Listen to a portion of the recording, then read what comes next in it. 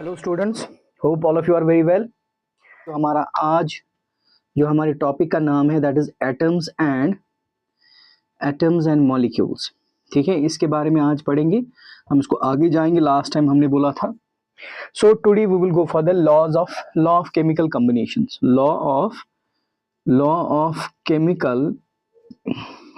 Chemical combinations, इसके बारे में आज हम पढ़ेंगे। ठीक है, सो whenever reactants react together or whenever reactants react together to form the products or elements react together to form the products, they do so in order they do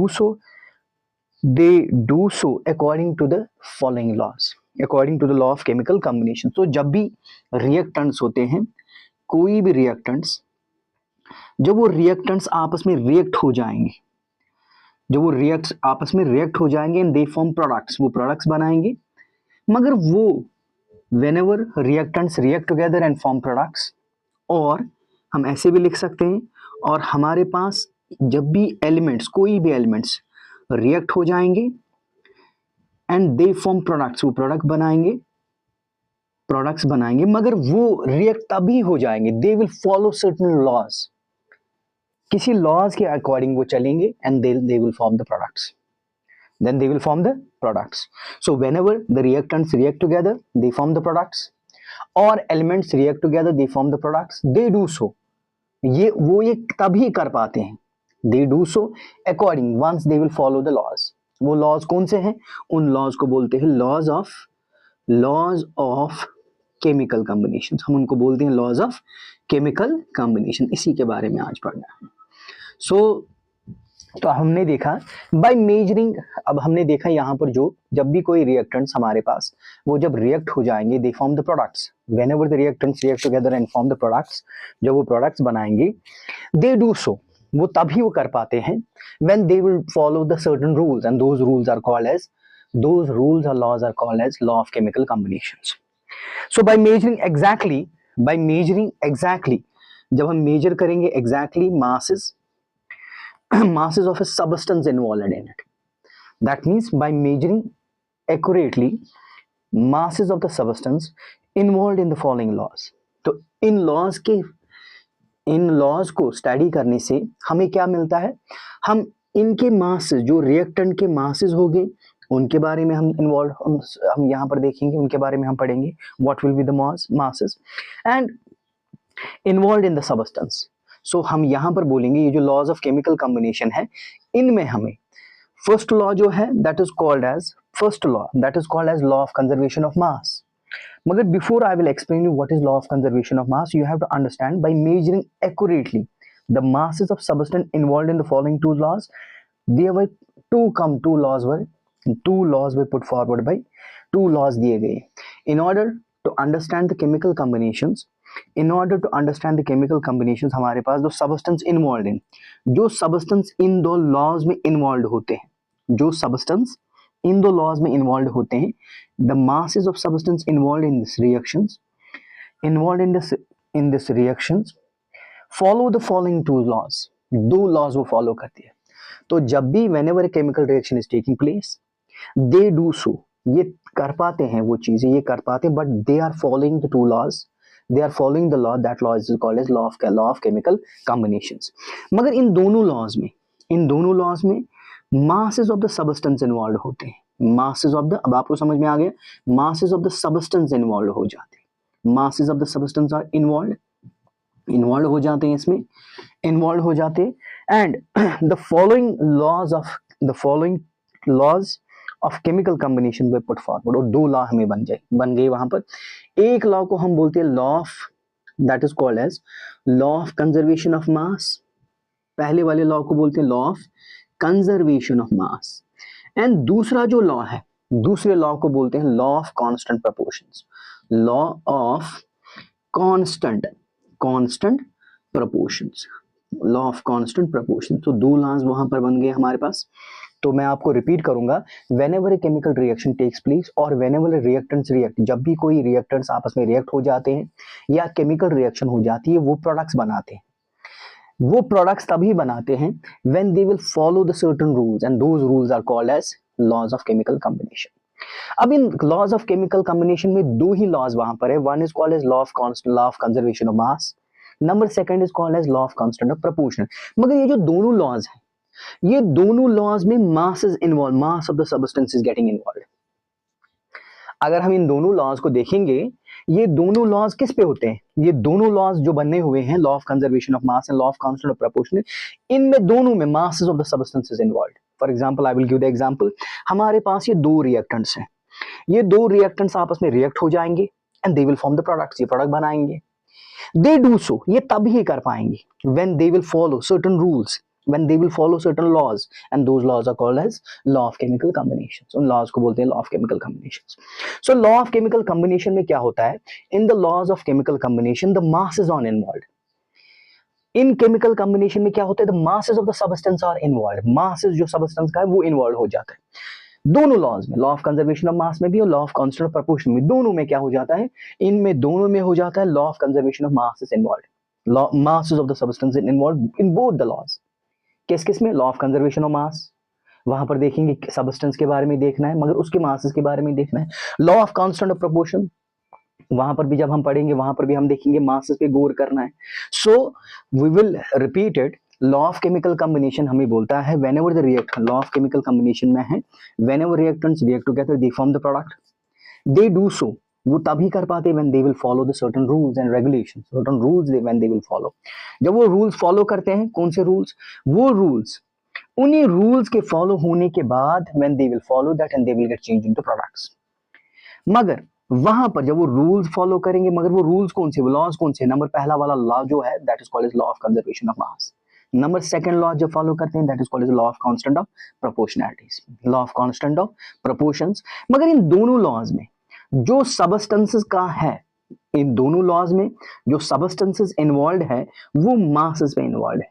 किस पे, दैट मींस हमें law of conservation of mass and law of constant of proportional, उसमें हमें अगर देखना है, उसमें अगर ये लॉज देखेंगे, उसमें अगर हम देखेंगे किस पे स्ट्रेस हो रहा है, it is stressing on the mass of the substance, mass of the substance. तो हम पढ़ेंगे। So law, first of all I will explain you, मैं आपको एक्सप्लेन करूंगा लॉ ऑफ कंजर्वेशन ऑफ मास के बारे में। Now law of conservation of मास जो हमारे पास होता है, लॉ ऑफ, हम देखेंगे यहां पर law of conservation of mass, law of conservation of mass, इसके बारे में हम पढ़ेंगे। Law of conservation of mass यहां पर देखेंगे हम। Law of conservation of mass, ये जो पहला वाला लॉ है, this law was put forward by, पहले ये दिया, पुट फॉरवर्ड किसने दिया, it was put forward by Antoine Lavoisier, हमारे पास था, ये साइंटिस्ट था, लेविजर हमारे पास है। इन कब दिया उसने लॉ, ये लॉ उसने दिया 1774 में। किस ईयर में दिया, 1774 में। उसने बोला भाई, उसने एक लॉ दे दिया, that law is called as law of conservation of mass. In the law of conservation of mass उसने क्या बोला भाई, उसने लॉ क्या बोला, व्हाट ही हैज एक्सप्लेन, उसने बोला लॉ ऑफ कंजर्वेशन ऑफ मास जो है, the mass can neither be created, उसने लॉ दे दिया मास कैन नीदर बी क्रिएटेड, ना ही हम किसी भी सबस्टेंस को बना सकते हैं, the mass can neither be created not destroyed, nor हम डिस्ट्रॉय कर सकते हैं, ना ही हम इसको डिस्ट्रॉय कर सकते हैं, but can be transferred from one form, but can be transferred, इसको ट्रांसफर किया जाता है, but can be transferred from कहां से, from one form to another form, from one form to another form, दूसरे फॉर्म में किया जाता है। फॉर एग्जाम्पल हमारे पास कोई सबस्टेंस ए है, कोई भी सबस्टेंस ए है, वी विल टेक सबस्टेंस ए, ये बी के साथ रिएक्ट हो रहा है, it is forming the product, ये यहाँ पर प्रोडक्ट बना रहा है C+D। हम बोलते हैं बिफोर द रिएक्शन होने से पहले यहाँ पर इस ए का मास था फॉर एग्जाम्पल 10 ग्राम, इस बी का जो मास है for example it is 5 grams. After the reaction in दोनों का मास इकट्ठे होना चाहिए 15 grams. This is called as law of conservation of mass. Then mass can neither be created nor destroyed, but it can be transferred from one form to another form.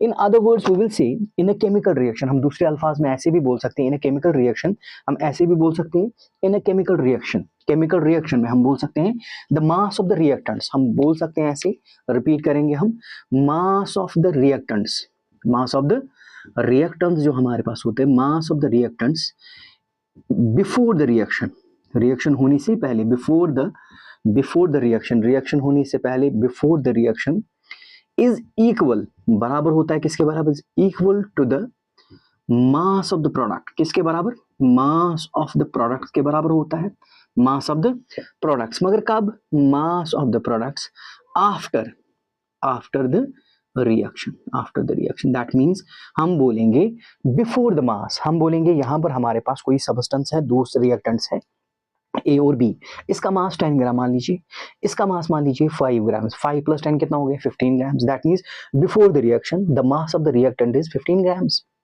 After the reaction when it will get change into product, जब ये products में बन रहे हैं उस वक्त इसका जो मास है, इसका मास सेम आ रहा है, so we will say mass of the law of conservation states that the mass of the reactants before the reaction, reaction से पहले is equal to the mass of the products after the reaction, reaction होने के बाद भी इनका mass same होता है.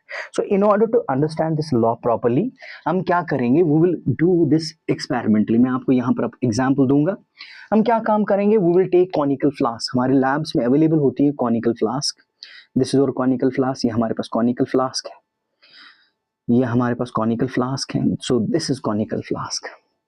इन the conical flask we will take, हम यहाँ पर लेंगे, वी विल टेक 20 ग्राम्स और 20 ml ऑफ वाटर. मैंने आपको लास्ट टाइम भी बोला था हमारे पास if will take a water the mass, अगर हम वहाँ पर ग्राम्स और ml लेंगे उसमें कोई फर्क नहीं. वाई, बिकॉज मैंने लास्ट टाइम भी आपको बोला था density is equal to mass by volume. अगर हम मास को बाहर निकालेंगे हम लिखेंगे density into volume. Density of water is 1, अगर हम 20 ml हमने लिया, 20 ग्राम का ml मास हो गया, कितना हो गया 20 gram, but this is applicable only for water. अगर हम किसी और सबस्टेंस को लेंगे वहां पर एप्लीकेबल नहीं है. तो हम लेंगे, हमने लिया यहाँ पर इन दिस कॉनिकल फ्लास्क, हमने यहाँ पर लिया, वी हैव टेकन, हमने यहाँ पर लिया 20 ml of water. To this 20 ml of water इसको मैं ऐड कर रहा हूँ, हमारे पास लैब्स में अवेलेबल होता है एक सॉल्ट, एक अवेलेबल होता है, उस सॉल्ट का नाम होता है that is called as barium chloride, BaCl2. This is called as an barium chloride. वहां पर सॉल्ट है जिसका नाम है बैरियम क्लोराइड. आप कितना लेते हो इसको, आप इसका for example you are taking 10 grams, आप इसका 10 ग्राम लेते हो. That means we are having two reactants, एक तो हमारे पास वाटर है यहाँ पर, है ना, वाटर को हमने ऐड किया, वाटर ऐड किया, barium chloride, it result in the formation of solution, solution यहाँ पर बन गई, but it is an colourless solution, ये कलरलेस सोल्यूशन आपको बन गई यहाँ पर, this is an colourless solution. अब हम इसी सोल्यूशन में हम क्या काम करेंगे, now we will take a test tube, मगर उस टेस्ट ट्यूब को हम डालेंगे यहाँ पर इस वाली कॉनिकल फ्लास्क में, मगर इस वाले टेस्ट ट्यूब में वी विल टेक 10 ml, हम लेंगे 10 ml ऑफ वाटर, 10 ml और 10 ग्राम्स ऑफ वाटर हम लेंगे. इसी 10 ग्राम ऑफ वाटर को हम ऐड करेंगे, we will add sodium sulphate Na2SO4, हम यहाँ पर 5 ग्राम्स ऐड करेंगे. सो जब ये 5 ग्राम्स हो जाएगा तो हम इसको ऐड करेंगे यहाँ पर, उसके बाद हम इसको यहाँ पर थ्रेड बांधेंगे and we will tie it with the thread, हम इसको थ्रेड से बांधेंगे, उस थ्रेड को बाहर निकालेंगे.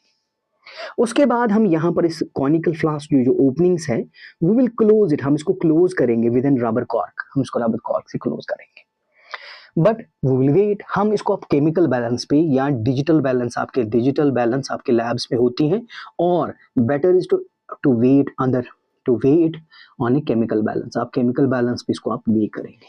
जब आप केमिकल बैलेंस पे इसको वे करेंगे यू विल ऑब्जर्व, आप ये देखोगे दैट फॉर एग्जांपल वहां पर आपको 10 plus 10, 20 plus 10 is 50, 40 plus 10 is 50, 50 plus 5 is, आपको रिएक्टेंट्स का जो मास है, दैट मीन्स रिएक्टेंट्स कौन कौन से हैं, आपको जो रिएक्टेंट यहाँ पर है कौन सी है, आपको बैरियम क्लोराइड सोल्यूशन है, बैरियम क्लोराइड सोल्यूशन जो आपके पास है ये होगी बैरियम क्लोराइड सोल्यूशन, ये कलरलेस सोल्यूशन. इस बैरियम क्लोराइड का सोल्यूशन जो वेट है आपके पास दैट इज 30, वो आपके पास 30 ग्राम्स है. और दूसरा रिएक्टेंट आपके पास है, दूसरा रिएक्टेंट आपके पास कौन सा है, दूसरा रिएक्टेंट आपके पास है दूसरा रिएक्टेंट आपके पास है वो हो गया आपका sodium sulphate. Sodium sulphate solution जो आपके पास है that is 5 plus 10, it is 15 grams, यहाँ पर आपको 15 ग्राम्स आता है। But before it is also in the solution form, ये भी सोल्यूशन फॉर्म में है, but it is also in colourless, that means ये भी कलरलेस है। दैट मीन्स आपके पास जो दो सोल्यूशन है, एक सोल्यूशन आपके पास कॉनिकल फ्लास्क में है, that is colourless solution, but the mass of the solution is 30 gram. In the test tube में भी दूसरी सोल्यूशन आपकी सोडियम सल्फेट सोल्यूशन है, that is also the colourless solution, वो भी कलरलेस सोल्यूशन है। मगर आपने इस कलरलेस सोल्यूशन को थ्रेड से बांधा है, मगर इसको आप टेस्ट ट्यूब को आपने बाहर निकाला, ठीक है। Now what you will do, reaction अभी नहीं हो रही है, total mass of the reactance कितना बनता है आपको, total mass of the reactant is 40, 30 plus 15 is 45। हम चेक करेंगे इसको, इट इज 45 ग्राम्स, यहाँ पर आपको 45 ग्राम्स आ रहा है। दैट मीन्स हम चेक करेंगे 20 प्लस 10 इज 30, हम देखेंगे 30। यहाँ पर हमारे पास 10 grams plus 5 gram is 15, 13 plus 15 is it is 45। तो अब मैं क्या करूंगा, आई विल इन्वर्ट दिस, मैं इसी कॉनिकल फ्लास्क को इन्वर्ट पोजीशन में डालूंगा, ऐसे उल्टा करूंगा मैं इसको। So that what will happen, यहां से जब मैं इसको उल्टा करूंगा ना, what will happen, this barium chloride solution नीचे आ जाएगा, it will get reacted sodium sulphate solution जो है ये नीचे आ जाएगी ना, it will get reacted with the barium chloride solution, barium chloride solution में मिक्स हो जाएगी। Once it will get mixed, it will form the products बन जाएंगे। आपको प्रोडक्ट्स क्या बन जाएंगे, आपको बन जाएगा barium sulphate plus there will be the formation of sodium chloride, ये बन जाएगा आपका, ये सॉल्यूशन बन जाएगी। मगर इस बैरियम क्लोराइड की जो कलर, बैरियम सल्फेट सॉल्यूशन और sodium chloride together white precipitate, आपको व्हाइट कलर सॉल्यूशन आपको बन जाएगी। इसका मतलब रिएक्शन वहां पर हो गया। Now we will again weigh, हम इस कॉनिकल फ्लास्क को दोबारा वे करेंगे, ये जो रिएक्शन होगी व्हाइट कलर सॉल्यूशन बन गई, आप इसको दोबारा वे करेंगे। जब आप इसको दोबारा वे करेंगे, you will get the 45 grams, आपको वहां पर कितना मिलेगा, 45 grams. We will say the mass of the reactant is equal to the mass of the product. This is the proof of conservation of law of conservation of mass. So law of conservation of mass हमें बोलता है, ये बोलता है whenever the reactants will get reacted, they will form the products, the mass of the reactant is equal to the mass of the products, वही बोलेंगे हम, है ना। और जब भी रिएक्शन हो जाती है, during the reaction the mass of the reactant is equal to the mass of the product, so we will call that is called as a law of conservation of mass, उसी को हम बोलते हैं law of conservation of mass। और दूसरी सूरत में ये भी देख सकते हैं, the mass can neither be created nor destroyed but it can be transferred from one form to another। आपको लग रहा है जब रिएक्शन होगी, आप बोलते हैं सर बैरियम क्लोराइड जो है ना, यहाँ पर हमारे पास बैरियम गायब हो रहा है, मगर गायब नहीं हो रहा है, वो किसी और के साथ रिएक्ट हो रहा है ना, वो सल्फेट के साथ रिएक्ट हो रहा है। आप बोलते हैं सर यहाँ पर सोडियम जो है वो सोडियम यहाँ पर गायब हो रहा है, मैं बोलता हूँ नहीं, गायब नहीं हो रहा है, वो किसी और रिएक्टेंट के साथ रिएक्ट हो रहा है, इसलिए यहाँ पर बैरियम सल्फेट बना है, यहाँ पर हमारे पास क्या बना है, sodium chloride. So we can say mass of the reactant is equal to the mass of the product, this is called as law of conservation of mass। और हम ऐसे भी बोल सकते हैं, during a chemical reaction the mass of the reactant is equal to the mass of the product, this is called as law of conservation of mass। हम ऐसे भी बोल सकते हैं, mass can neither be created, ना तो हम barium chloride को बना सकते हैं, it is available in the nature, हम इसको नहीं बना सकते। can you prepare the water, we can prepare the water from hydrogen and oxygen gas, मगर वो ऑक्सीजन गैस कहाँ पर है, एनवायरमेंट में, हाइड्रोजन गैस वो आपको बनाना है, that means that you will prepare from the other substances but we can't create that substance, उस सब्सटेंस को हम बना नहीं पाएंगे। so हम यहाँ पर ये बोलेंगे barium chloride plus sodium sulphate, ये जो हमारे पास ये रिएक्टेंट्स है, we can neither create this, ना तो हम इसको बना सकते हैं और ना ही हमने इसको डिस्ट्रॉय किया, हम इसको डिस्ट्रॉय भी नहीं कर पाते हैं। क्यों, आपने यहाँ पर देखा ये जो बैरियम क्लोराइड है, बैरियम यहाँ पर गायब हो गया, मगर दूसरी सूरत में यहाँ पर ट्रांसफर हो गया किसी और प्रोडक्ट्स में, यहाँ पर तो गायब हो गया मगर इस वाले फॉर्म में आ गया। So we can say mass can neither be created nor destroyed but it can be transferred from one form to another, that is called as law of conservation of that is called as law of conservation of mass। So whenever a chemical reaction is taking place, जब भी chemical reaction हो जाती है, the mass of the reactant is equal to the mass of the products, है ना, that is called as law of conservation of mass, है ना। तो वो हमने यहाँ पर एक्सपेरिमेंटली हमने प्रूफ किया। I hope you have understood, आप सबको समझ आ गया। So this is enough for today and tomorrow we will continue it।